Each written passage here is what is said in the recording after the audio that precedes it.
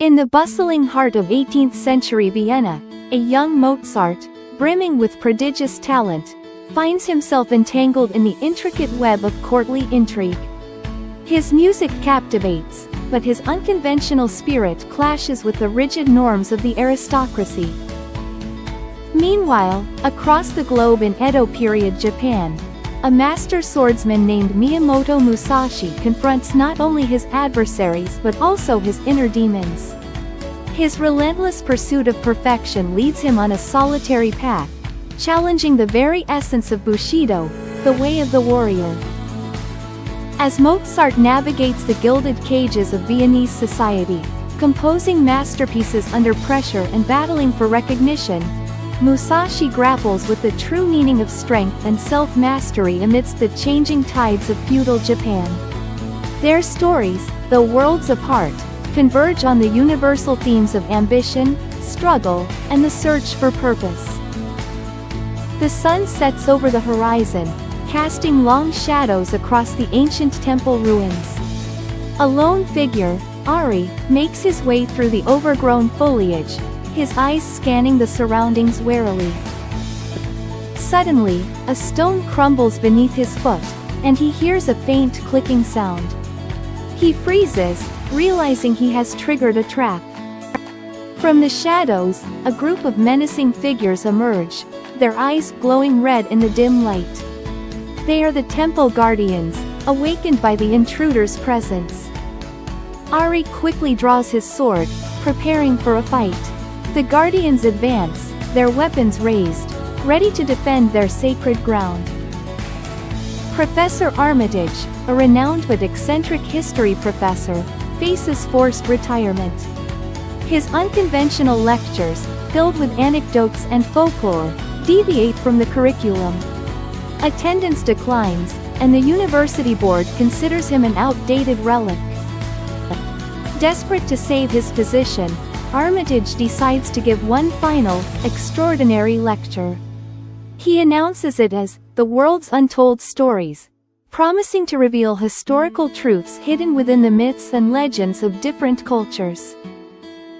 The lecture hall is surprisingly full. Students, drawn by the promise of something different, fill the seats. Armitage, his eyes gleaming, begins. The Japanese legend of Urashima Taro tells of a fisherman who visited the Dragon Palace and returned to find centuries had passed. It's not just a fairy tale, but a metaphorical warning against isolation and the dangers of losing touch with one's community.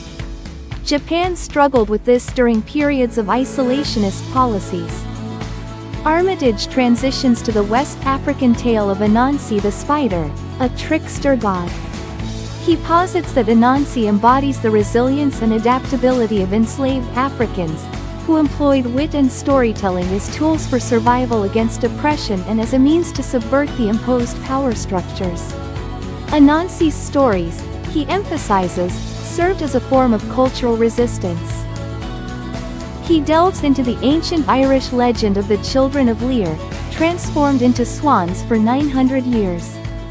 He interprets this as a symbolic representation of the Celtic people's connection to nature, their cyclical view of time, and the endurance of their culture through periods of hardship and displacement.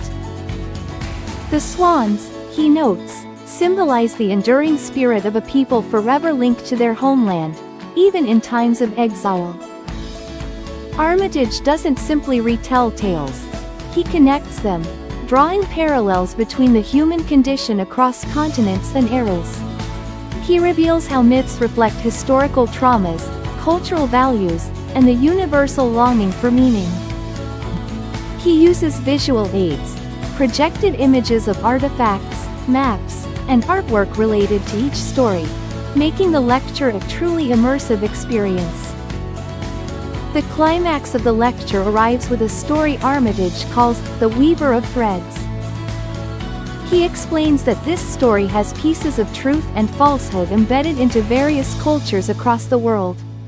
This weaver is said to have woven the world together, and the various stories of what the weaver did is intertwined throughout history.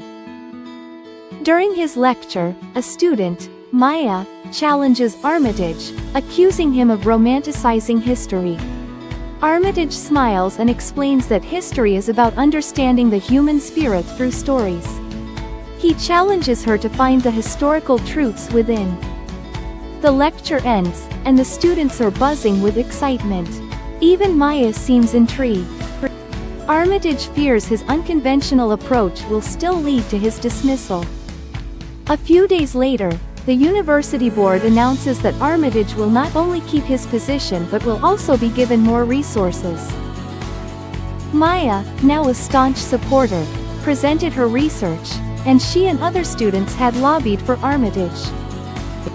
The final scene shows Armitage, surrounded by enthusiastic students, continuing his lectures, now more popular than ever.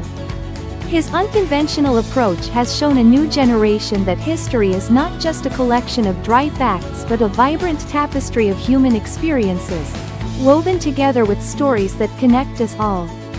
His legacy is secured, teaching history by embracing the tales and legends that shaped the world.